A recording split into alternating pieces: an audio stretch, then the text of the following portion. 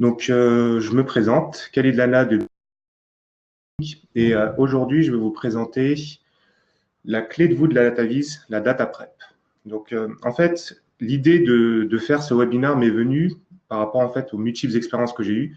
Donc, moi, j'ai principalement travaillé sur les technologies autour de Tableau, mais je me suis rendu compte qu'en allant chez les clients, en fait, souvent, l'objectif, c'était d'implémenter Tableau en lieu et place d'une ancienne solution, et aussi de voir comment faire fonctionner Tableau avec des solutions concurrentes, comme par exemple Power BI ou ClickView, ClickSense, qui sont les principaux concurrents. Donc, la chose que je rencontrais à chaque fois, peu importe le client où j'allais, peu importe le type de client, c'était toujours quelle est la meilleure solution, comment faire en sorte que les utilisateurs utilisent la bonne solution et surtout comment éviter à chaque fois de redévelopper des modèles de données qui ont été créés avec une solution et qui ne sont pas compatibles avec d'autres. Donc, je vais vous faire une petite présentation. Je vais passer en mode présentation. Voilà. Est-ce que vous voyez mon écran? Je pense que ça devrait être bon. OK. Donc, ce que je disais, c'était donc au niveau du contexte. En fait, quand vous voyez cette présentation, je pense qu'elle est assez parlante. Parce que là, vous voyez deux rapports du Gartner. Le premier date de 2015, le second date de 2019, c'est-à-dire il s'est écoulé 4 ans entre les deux. Et vous voyez quand même qu'il y a eu de gros changements au niveau des leaders. Donc là, vous voyez des solutions avant qui étaient leaders dans le domaine et qui avaient de bonnes parts de marché, par exemple comme MicroStrategy, qui au fur et à mesure est devenu de plus en plus challenger. Alors qu'à côté de ça, on a de nouvelles solutions comme TopSpot, solutions que je connais pas spécialement, mais voilà, ce sont des solutions en fait qui sont c'est pour montrer que c'est un marché en fait qui évolue et vous voyez bien qu'en seulement 4 ans, on est passé de 9 leaders à seulement 4 leaders. Et on voit qu'il y a deux gros leaders qui se détachent, que sont Tableau et Microsoft. En troisième, on a aussi ClickView, enfin ClickSense plutôt, qui est bien revenu. Et donc en fait, ça fait poser la question de savoir est-ce que c'est intéressant d'investir dans une solution, de devoir développer des modèles, de devoir développer des dashboards et de se rendre compte que la solution ne sera pas pérenne plus de 2-3 ans. Donc, on en revient toujours en fait au même problème, c'est quel est le bon outil par rapport aux besoins. Parce que suivant l'entreprise, l'IT va avoir tendance à plutôt pousser une solution. Les métiers vont préférer en utiliser d'autres et l'idée, c'est toujours de se dire comment faire pour que à la fois l'IT et les métiers puissent se parler, puissent travailler ensemble et faire en sorte que même si on travaille avec des solutions qui seraient différentes, eh bien, on n'est pas en fait à redévelopper à chaque fois le même modèle de données et perdre surtout aussi en qualité de données. Donc là, en fait, il y a deux citations qui sont intéressantes, c'est celle du Gartner et celle du Harvard Business Review. Donc, je vais commencer par celle du Harvard Business Review qui avait fait une étude sur la satisfaction des utilisateurs par rapport aux outils BI. Et il s'était rendu compte que 93% des utilisateurs n'étaient pas satisfaits en fait du besoin. Je n'ai pas montré les détails, mais si je me souviens bien, dans ces outils, finalement, on se rendait compte qu'un des outils le plus utilisé restait Excel. Donc, même si on a des solutions très performantes comme Tableau, Power BI, on se rend compte que les métiers restent encore très attachés à pouvoir garder la main sur leurs données et créer des rapports à partir d'Excel. Mais le constat est qu'une énorme majorité n'est pas satisfait. Donc là, ensuite, on a une deuxième citation du Gartner qui montre en fait que la tendance, c'est de plus en plus de laisser les utilisateurs créer eux-mêmes leurs données, être un peu responsables de leurs données. Donc, de les laisser prendre la main dessus. On s'est rendu compte que les outils deviennent de plus en plus faciles à prendre en main. Et finalement, l'IT peut commencer à déléguer des tâches pour le métier et l'IT ne pourrait en fait se cantonner qu'à s'occuper de la qualité des données et faire en sorte que les métiers respectent bien les règles de sécurité par rapport à l'accès aux données. Donc, c'est pour ça que je vais vous présenter la plateforme Alteryx. Donc, avant ça, j'aimerais rapidement revenir à un sondage. En fait, j'ai créé un sondage sur le webinar. Je ne sais pas si vous y avez accès. Ça serait la première question, c'est je voudrais savoir quel outil de data visualisation vous utilisez.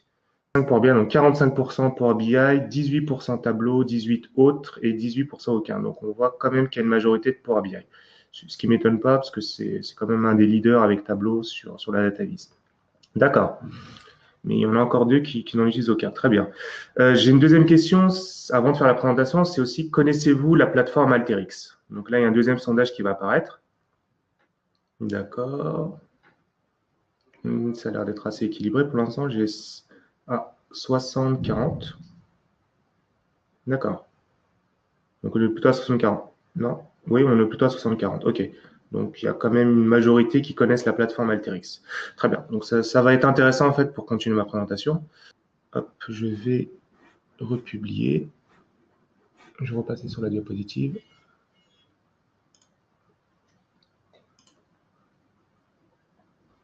Hop, voilà. Donc, je trouve que ces slides représentent bien en fait ce qu'est la plateforme Alteryx. En fait, c'est une plateforme qui va permettre de faire parler le même langage l'IT, les data scientists et le métier. Donc, c'est une plateforme en fait qui est assez complète et qui va permettre au sein du même outil d'accéder aux données, de faire un nettoyage, de faire une préparation des données. Pour des data scientists, après cette partie, je pourrais revenir après, de pouvoir créer des analyses, de pouvoir développer en fait des modèles statistiques. Et ensuite, pour la fonction métier, de pouvoir consommer le résultat de ces analyses, peu importe l'outil. Donc là, j'ai mis comme exemple ClickSense, Microsoft Tableau, mais ça peut aussi bien être tout simplement un fichier Excel. Donc, tout est, en fait, l'objectif, c'est vraiment sur un seul flux de mutualiser l'ensemble du process qui va permettre de récupérer les données, de faire les règles de gestion et ensuite de pouvoir les analyser pour le métier. Donc, sur la plateforme Alteryx, vous avez principalement Alteryx Designer.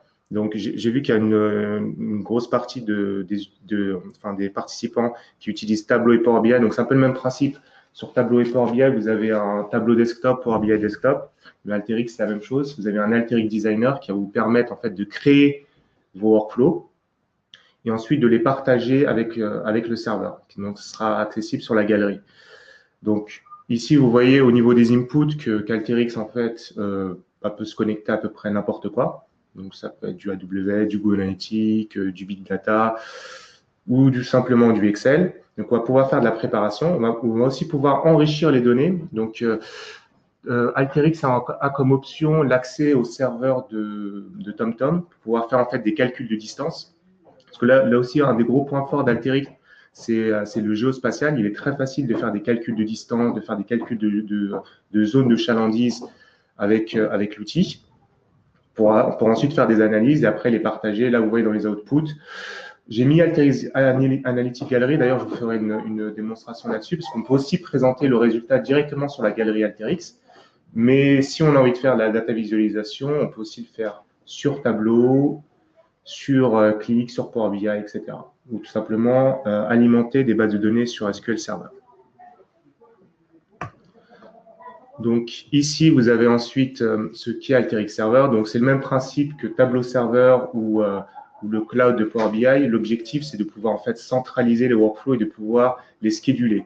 C'est-à-dire, on va créer un workflow. Si l'objectif du workflow, c'est de se connecter à des sources de données et ensuite de créer une nouvelle table et de faire en sorte que la table soit rafraîchie quotidiennement ou même toutes les heures, en fait, on peut faire ça avec le serveur. Donc, on peut automatiquement pousser les workflows sur le serveur pour qu'ils s'exécutent automatiquement. Mais Alteryx Server permet aussi aux utilisateurs de pouvoir accéder en fait à des interfaces qu'aurait créées en fait la personne qui utilise Alteryx Designer. Mais ça, je vous ferai une petite démonstration là-dessus. Donc voilà, ça c'est principalement les deux outils. Vous avez Alteryx Designer qui va servir à créer les workflows, et Alteryx Server qui va permettre de partager les workflows et de les scheduler. Donc là, nous allons passer à la démonstration. En fait, ma démonstration, hop, je vais passer ici. Donc ma démonstration, en fait, finalement, elle est assez simple. Je vais vous montrer. Hop, voilà. Donc ça, c'est, je pense qu'on voit l'écran, parfait. Donc ça, c'est l'exemple en fait d'un workflow qui est créé sur Alteryx Designer. Donc là, vous voyez, ce workflow, il est extrêmement simple. Ce qu'il va faire, il va se connecter à une base de données sur SQL Server. Je vais ensuite faire une sélection des champs qui peuvent être intéressants ou des champs qu'il ne faut pas garder, principalement les champs techniques. Je pourrais faire ça ensuite avec une jointure avec un fichier plat. Donc là, vous voyez, ici, je suis connecté à une base de données donc sur SQL Server. Ici, je suis sur un simple fichier Excel. Et à partir de là, j'arrive à faire une jointure donc, par rapport à la clé de réconciliation ShipMethodID. Donc là, vous voyez, en faisant ça, j'arrive donc à faire correspondre une base de données sur SQL Server et un simple fichier Excel pour avoir le résultat. Donc l'un des gros points forts sur Alteryx, en fait, c'est la capacité à voir chaque étape de la création du workflow. Donc là, si je clique ici, par exemple, je vais avoir directement le résultat. Donc là, j'ai 41 000 lignes qui ont été, on va dire presque 42 000 lignes qui ont été récupérées et 79 colonnes.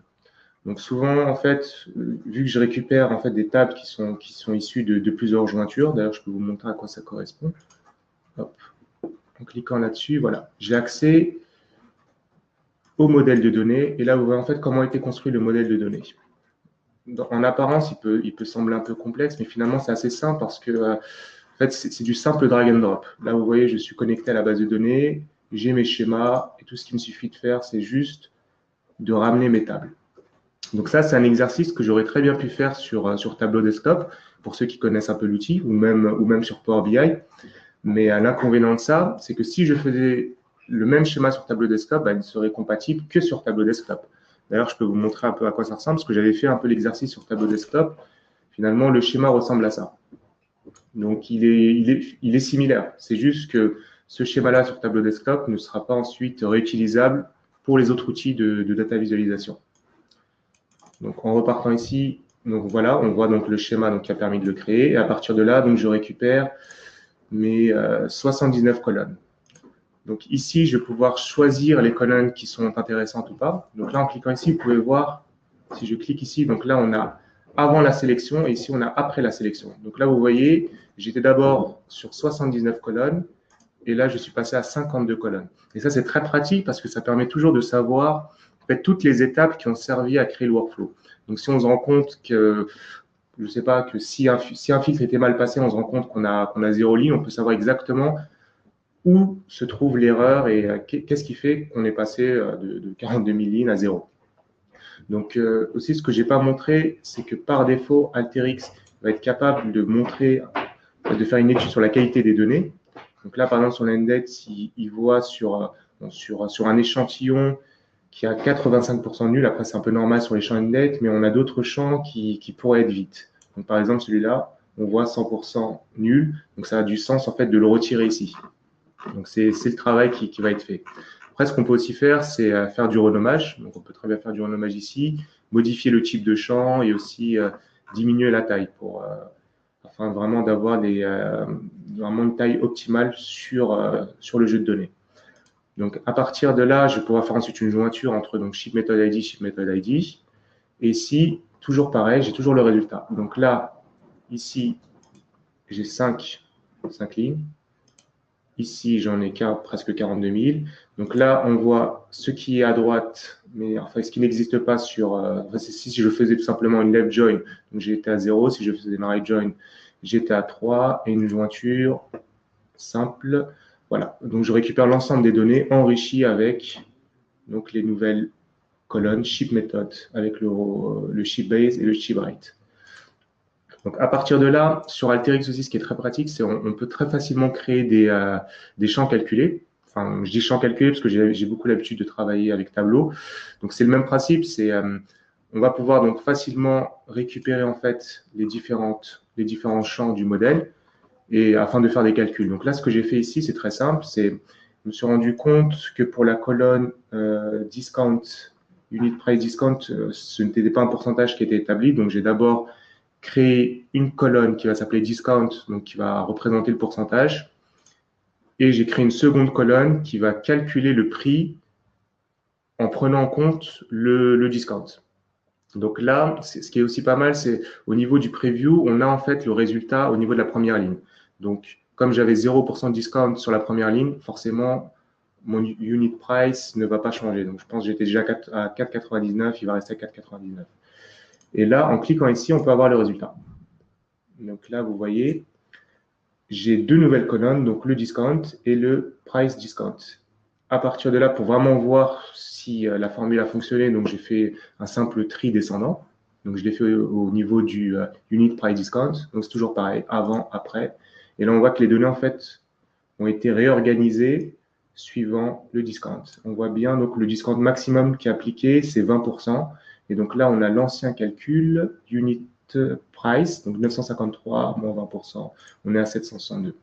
Donc ça, ce genre de champ calculé, on aurait très bien pu le faire sur Tableau, sur Power BI, sur ClickView, ce n'est absolument pas un problème. C'est toujours la même chose, c'est si je commence à créer des champs calculés sur Tableau, bah, seront disponibles que sur Tableau. C'est un peu ça le problème. Alors vraiment en centralisant toutes les règles de gestion dans ce workflow, en fait, c'est très très simple après de faire en sorte de connecter les outils de data visualisation pour qu'elles aient exactement le même résultat. Donc ici, je termine avec un select, donc je finis par faire en fait simplement des changements de type de données. Et à partir de là, ici dans mon exemple, j'ai fait 3 publications. C'est un exemple, j'aurais pu en faire autant que je voulais, mais c'est pour montrer en fait l'utilité d'utiliser Alteryx pour faire cette préparation de données. C'est sur le même workflow, je peux à la fois mettre à jour le data, créer en fait une table directement sur SQL Server que j'appelle Data Mart Sales. Donc là, je vais créer une nouvelle table avec ces données mutualisées. Je vais aussi pouvoir publier vers Power BI.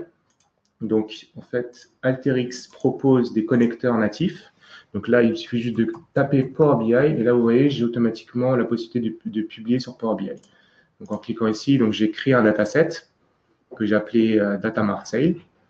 Et je peux même faire la même chose sur Tableau Server. Donc là, j'ai créé un extrait sur Tableau Server que j'ai appelé Extract Data Mart Sales.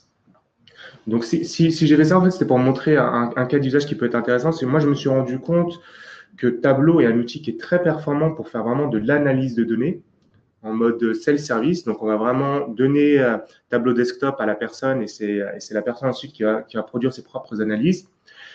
Alors que Power BI, je le vois plus comme un bon outil de dashboarding. Donc, c'est un outil en fait qui est très simple à mettre en place. Il suffit juste de publier dans le cloud et ensuite de rendre ça accessible pour l'ensemble des utilisateurs.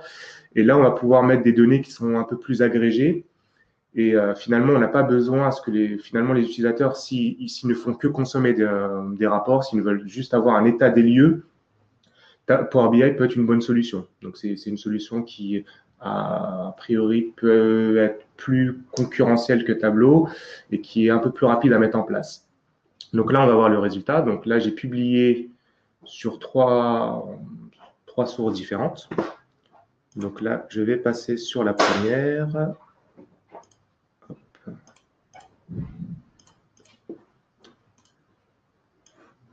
Voilà. Donc là, il me suffit de me connecter sur mon Power BI Cloud. Et là, vous voyez en fait que j'ai le résultat. Donc, on va passer ici. Donc là, ce que j'ai fait, je suis aussi parti du principe, en fait, c'est toujours en fait trouver le bon cas d'usage. Je me dis, par exemple, pour Tableau, vu qu'on veut laisser les utilisateurs faire de la self-service, on a plutôt tendance à utiliser des connexions en direct, dans le cas où on veut que les données soient constamment mises à jour. Pour Power BI, je suis parti du principe qu'il suffisait juste de publier un dataset qui va être rafraîchi par exemple tous les jours. Comme ça, en fait, ça évite, dans le cas où on a beaucoup d'utilisateurs, d'envoyer systématiquement des requêtes à la base de données et de la saturer. Donc ça peut être une solution dans le cas où on a une base de données qui est très sollicitée, de se dire, voilà, chaque jour, on va créer un dataset. Donc, c'est un extrait des données qui vont être sur le cloud et les gens se connecteront directement à ce cloud. Alors que sur Tableau, dans le cas où on a vraiment des données qui sont mises à jour presque à l'heure, les explorateurs de données vont pouvoir en fait toujours avoir les données mises à jour.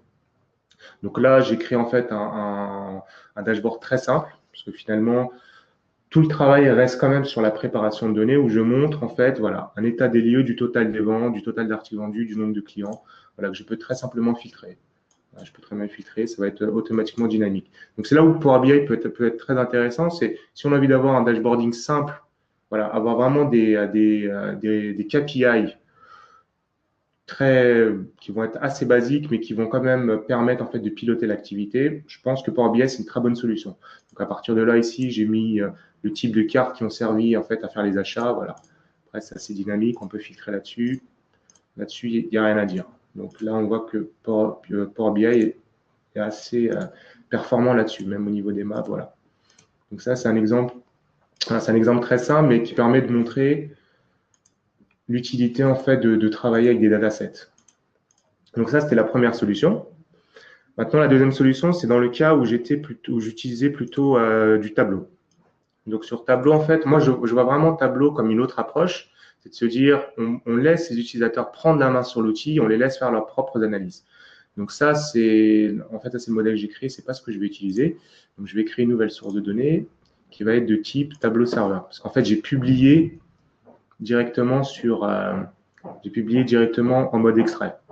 Enfin, soit en mode extrait ou soit j'ai publié une connexion live qui s'appelle Datamart Extract. Donc, on va plutôt aller là-dessus. Donc là, on a vraiment la connexion à la base de données SQL Server en direct. Donc, à partir de là, ici, je récupère directement les bons champs, donc les bonnes dimensions et les bonnes mesures. Et l'avantage, c'est que j'ai exactement les mêmes champs, que ce soit sur Power BI que Tableau. Ça pourrait être aussi n'importe quel autre outil. Et donc, à partir de là, je peux très bien ensuite faire mes propres analyses. C'est vraiment comme ça que je vois Tableau, c'est de se dire, voilà, on laisse les utilisateurs prendre la main, se dire, voilà, s'ils veulent s'intéresser en fait par rapport, je sais pas, au mois de commandes, et ensuite de pouvoir faire des analyses très simples, de regarder le price, de regarder le discount. Hop, on va plutôt ici faire une moyenne de discount, et ensuite de voir s'il y a des corrélations. Je trouve que c'est vraiment là où le tableau est intéressant parce que ça permet vraiment de se poser des questions. Donc ici, je montre un exemple très, très basique, mais là, on voit qu'au niveau des courbes, on voit que les courbes ici, les ventes étaient assez faibles alors que le discount était élevé. Enfin, par exemple, on peut voir ici, peut-être que j'ai pris le mauvais. Price discount, je pense que j'aurais plutôt dû prendre plutôt ça. Je pense que c'est plus parlant de le mettre comme ça. Voilà. Et là, on va faire une moyenne. Voilà. Et donc là, on voit qu'il y a une corrélation inverse plutôt une corrélation entre le montant du discount par rapport au prix. J'aurais pu aussi bien faire ici un average.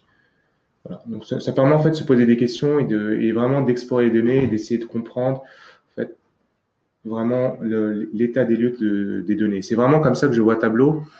On peut faire de très beaux dashboards avec Tableau, mais vraiment le point fort, c'est la facilité avec laquelle on va pouvoir faire des analyses. Donc ça, c'est ce qu'on peut faire sur Tableau. Mais on peut aussi utiliser Alteryx Server pour créer d'autres analyses. Par exemple, là, ce que j'ai fait, j'ai créé donc, si je repars ici sur mon flux, donc là, j'ai alimenté une base de données, donc un datamart sur SQL Server, et à partir de là, en fait, je peux le réutiliser pour créer d'autres workflows pour les utilisateurs. Donc, par exemple, un utilisateur pourrait très bien me demander est-ce que tu peux me créer une petite interface sur Alteryx afin que je sélectionne moi-même les filtres que je vais appliquer et avoir le résultat. Donc, ça, c'est aussi un des points forts sur Alteryx, c'est très facile de mettre en place en fait de créer des workflows à la demande. Donc là, je vais vous faire un exemple très simple. Je vais me connecter à la base que j'ai mise à jour. Donc là, je vais faire une connexion de type SQL Server. Hop. Donc là, je suis connecté, je vais la tester. Parfait. Donc, je suis connecté à SQL Server. Donc, c'est sur du AWS. Donc, je suis sur la bonne base de données. Voilà. À partir de là, ici, je vais récupérer la table qui m'intéresse. Hop. Donc, c'est Data Marseille, donc c'est celle que j'ai créée dans le workflow précédent. Donc, l'avantage ici, c'est que j'ai mes champs qui sont déjà propres, parce que c'est ceux qui ont été créés à partir du précédent workflow. Donc, les données sont déjà liées entre elles. J'ai déjà, en fait, les règles de gestion qui ont été appliquées. À partir de là, je fais OK. Voilà. Donc, ce que je peux faire ensuite, je peux faire un add browse, et après, je peux exécuter le workflow pour avoir le résultat. Et voir, je récupère bien les presque 48 000 lignes. C'est vraiment ça l'avantage de Tableau, c'est presque 42 000 lignes plutôt. Donc c'est ça l'avantage d'Alterix, c'est qu'on peut créer son workflow, l'exécuter et voir au fur et à mesure en fait les changements qui vont être appliqués. Donc là, il s'est exécuté en 4 secondes, très bien, j'ai bien récupéré presque 42 000 lignes. Donc là, je peux aussi avoir un état des lieux sur mes données. OK, très bien. Donc, à partir de là, ce que je vais faire, je vais aller dans la préparation et je vais appliquer un filtre. C'est très simple. Donc là, je vais appliquer un filtre. Et ce filtre-là, je vais le dire par rapport au country region code. Donc, je vais faire un test. Donc, je vais mettre FR. Voilà. Donc là, c'est bon. J'exécute. OK, 4 secondes. Donc, si les 4 secondes peuvent sembler un peu longs, ce qu'on peut faire, c'est aussi faire un clic droit ici, le mettre en cache, l'exécuter. Donc, l'avantage de ça, c'est on va l'exécuter une fois et ensuite les données seront mises en cache. Et on aura, je pense, des performances un peu plus satisfaisantes. Voilà, on est passé de 4 secondes à 0,3 secondes. Donc, en fait, les 42 000 lignes maintenant sont chargées en cache sur mon poste. Donc là, j'ai le résultat. Donc, j'ai bien 224 lignes pour le country, enfin pour le pays France, et j'ai le reste pour les autres pays. Donc là, on voit que mon filtre a bien fonctionné. Donc, je vais être capable maintenant de créer une interface. Donc, créer des interfaces sur Alteryx, c'est extrêmement simple. Tout ce que j'ai à faire, c'est juste de récupérer. Je vais prendre ça, le drop-down. Voilà.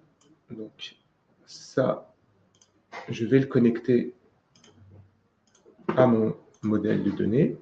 Donc là, ça va être toujours pareil. SQL Server, donc je reteste. Parfait, la connexion fonctionne. Et là, ce que je vais faire, je vais uniquement récupérer le country. Donc là, je vais ici, Sales, je récupère donc, ce qui m'intéresse, donc dans Data Mart Sales. Et là, au lieu de tout choisir, ce que je vais prendre uniquement le country code. Donc, il suffit juste que je le trouve, voilà. Je vais cliquer ici. Donc, pour que ça fonctionne, Alteryx s'attend à avoir un name et un value. Donc, je vais l'appeler 2 fois. Name, value, voilà. Et pour éviter en fait de récupérer 42 000 lignes, on va dire qu'on va regrouper les données pour avoir des valeurs uniques. Donc là, on fait OK. Voilà. Donc quand j'ai créé l'interface, il y a un nouveau bouton qui est apparu sur Alteryx, parce que maintenant, le workflow est devenu une application analytique. Donc là, je vais cliquer sur la baguette et je vais avoir le résultat. Et là, vous voyez, donc j'ai bien récupéré les pays uniques. Et là, je suis connecté directement sur le Datamart. Ça veut dire que si les données évoluent, eh ben, ma liste va aussi évoluer. Donc là, je pense qu'on est bon. Maintenant, ce qu'il faut faire, c'est de connecter en fait mon interface avec le filtre.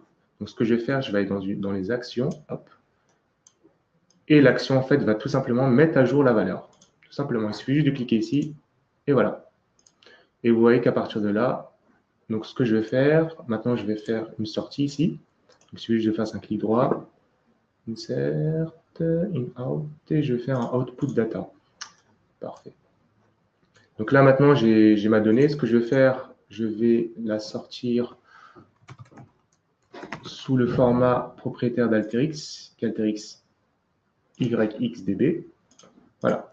Donc là, ce workflow, en fait, il est très simple. Ce qu'il va faire, c'est il va afficher une interface. Je vais sélectionner dans l'interface le pays qui m'intéresse et il y a automatiquement un filtre qui va s'appliquer pour me sortir les données sous le format Alteryx.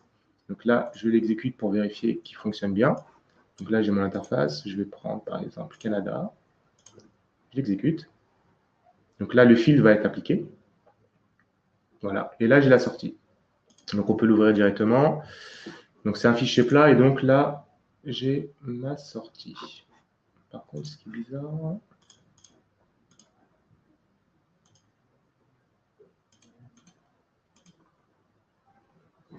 c'est plutôt ça que j'aurais dû faire. On va recommencer. Finish.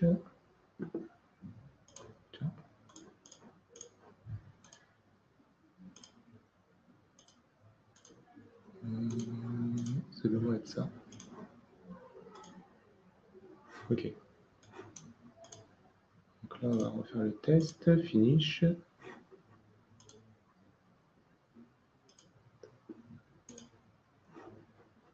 Ok. Je récupère 58 lignes. Ok. D'accord. Donc là, maintenant, ce que j'ai fait, j'ai créé maintenant mon interface. Donc, elle est prête à être utilisée. Donc là, j'ai bien mis à jour l'expression. On est bon. Maintenant, ce que je vais faire, je vais la publier sur le serveur. Donc, à partir de là, il suffit juste d'aller ici, Save As. Je vais me connecter. En fait, c'est comme si je faisais une publication sur Tableau Serveur ou sur le cloud, enfin, ou sur le Power BI Cloud. Donc, je vais me connecter. Hop, je vais l'appeler. Je vais d'abord changer ça. Je vais écrire sélectionner API. Avant. Hop, voilà. Et je vais m'enregistrer. Et là, je vais l'appeler filtre pays.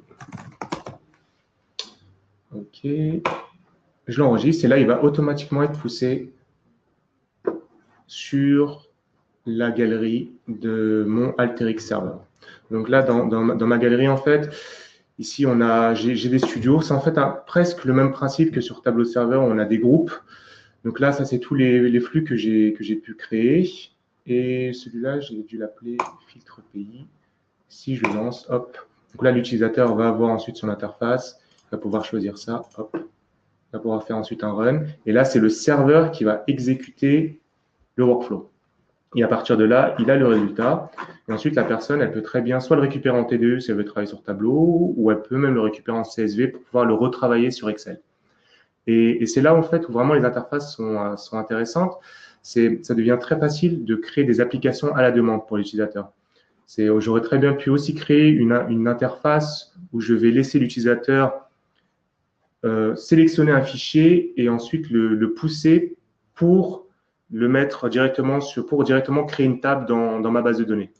Donc, c'est aussi une possibilité qu'on peut faire avec des interfaces. C'est si je repars sur Alteryx. Hop. Donc, ce que j'aurais très bien pu faire, j'aurais pu faire un file browse, par exemple. Hop.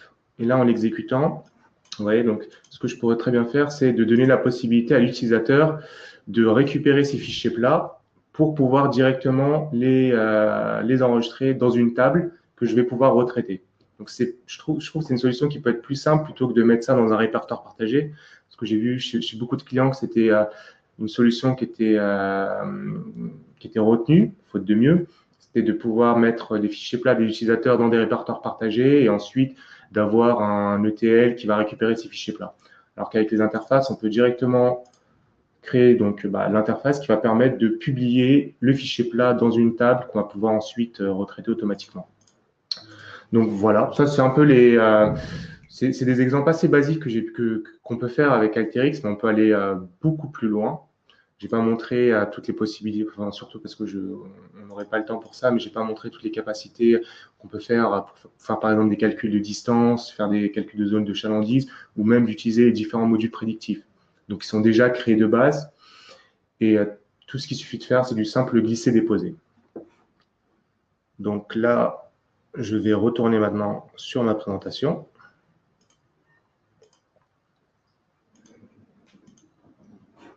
Voilà. Hop. Donc, ce que je voulais montrer avec la possibilité d'utiliser la plateforme Alteryx, c'était vraiment que ça répond en fait à la tendance actuelle, qui est vraiment de pouvoir laisser les utilisateurs, on va vraiment les laisser créer leur propre rapport. Mais il faut aussi permettre en fait de donner une certaine agilité sur la création des flux pour pouvoir accéder aux données. Et c'est vraiment là où nous, on va avoir une approche s'orienter là-dessus, c'est vraiment de donner la possibilité aux utilisateurs d'accéder aux données vraiment à la demande. Donc, on a bien vu qu'avec Alteryx, c'est très simple d'accéder aux différentes tables, de faire les jointures. Et ensuite, ces données-là sont accessibles peu importe l'outil. Donc, de faciliter ensuite l'analyse des données en libre service. Donc, on utilise Tableau, Power BI ou autre. Et de pouvoir après créer de nouvelles règles de gestion, tout simplement. Soit des règles de gestion, soit de créer des choses un peu plus complexes. Donc, avec Alteryx, on a aussi la possibilité d'avoir une gouvernance au niveau des données parce qu'on va pouvoir centraliser toutes les informations au niveau de la même source. Donc, ça, on va avoir, comme ça, on va éviter en fait de recréer plusieurs fois le même modèle de données, que ce soit sur Tableau ou Power BI, et ensuite de voir qu'il y a des différences. Donc, ça peut aussi représenter un problème de sécurité dans le cas où on n'a pas envie que les utilisateurs accèdent autrement que directement par une base de données. Et comme vous l'avez vu, c'est assez facile de gérer le cycle de vie Donc là j'ai mis en fait le modèle de machine learning, c'est parce que c'est avec Alteryx, mais ça peut très bien être le cycle de vie en fait du workflow, parce que tout est centralisé dans un unique workflow. Et il suffit juste en fait de le récupérer sur Alteryx Server et ensuite de faire les modifications. Et on voit à chaque fois les modifications qui ont été faites au niveau du workflow. Donc nous, chez BGFI, en fait, on a une approche qui est assez simple. C'est dans un premier temps, ce qu'on va faire, c'est on va d'abord faire une évaluation. On va faire un état des lieux de l'existant. À partir de là, on va aider à mettre en place l'architecture. Donc ça, c'est quelque chose que je fais beaucoup auprès des différentes entreprises. Donc où j'essaie vraiment de trouver la meilleure architecture, donc celle qui est la plus adaptée. Ensuite, moi là-dessus, je suis assez agnostique, même si j'ai plus d'affinité avec Tableau. Dans le cas où Power BI est la solution qui est préférable, j'ai aucun problème en fait à plus proposer du Power BI plutôt que du Tableau. En fait, tout va vraiment dépendre du besoin de l'entreprise. S'il ne veut pas que, par exemple, les données soient dans le cloud, là, je vais plutôt tendance à pousser du Tableau. Si c'est uniquement de faire du dashboarding et le fait de pouvoir sortir les données ne représente pas un problème, autant aller sur du Power BI. Donc voilà, ça va vraiment dépendre en fait du besoin du client. Ensuite, on met en place une implémentation et surtout, le plus important, on forme les utilisateurs. Parce que, comme vous l'avez vu, ces outils de self-service, que ce soit Alteryx, Tableau, Power BI, enfin un peu moins Power BI à mon sens, mais en fait, c'est des outils en fait que les utilisateurs doivent maîtriser. Donc, ça n'a pas de sens si en fait on garde la maîtrise de ces outils-là et les utilisateurs ne font que consommer. Donc, ce serait un peu perdre l'utilité en fait de ces outils-là. Et là, comme vous l'avez vu sur Alteryx, avec le designer, j'ai pas eu à écrire une seule ligne de code. Donc, pour un utilisateur qui est très orienté métier, il va peut-être avoir un petit temps d'adaptation, mais c'est un outil qui est vraiment beaucoup plus facile à prendre en main que, par exemple, un Talend ou un SSIS. Et on va pouvoir faire des analyses qui sont, enfin, de la préparation de données qui est assez poussée. Et à partir de là, nous faisons aussi du support. Donc, ça va souvent avec la formation. Donc, ça peut être du support soit en cas de résolution de bugs ou soit en cas d'audit, par exemple, sur l'architecture existante. Voilà. Donc, au niveau ensuite de la mise en place de notre approche, c'est très simple. Nous, ce qu'on préfère faire, c'est on fait une évaluation donc de l'existant. Ensuite, on va souvent avoir tendance à demander en fait un jeu de données qui correspond aux besoins de l'entreprise afin de réaliser un POC et vraiment de montrer que la solution est la plus adaptée. Moi, je pense que c'est vraiment la chose la plus parlante parce que je peux proposer voilà, des solutions avec des jeux de données qui n'ont rien à voir avec les données de l'entreprise. Mais souvent, on se rend compte en fait que quand on passe vraiment sur des vraies données, il y a des petites subtilités qui ne sont pas présentes avec des jeux de données test. Et là, voilà. Donc ça, c'est un peu le récapitulatif de ce que nous faisons. Donc, nous adressons en fait donc, toutes les problématiques autour des données qui ne sont pas mises à disposition assez rapidement, où il n'y a pas du tout d'agilité sur les données, parce que c'est bien d'avoir des outils de self-service qui sont très agiles, mais si les données elles ne le sont pas, bah, on se prive un peu de l'efficacité des outils. Et comment ensuite orienter les bonnes capacités d'analyse, comment aider à gouverner les données.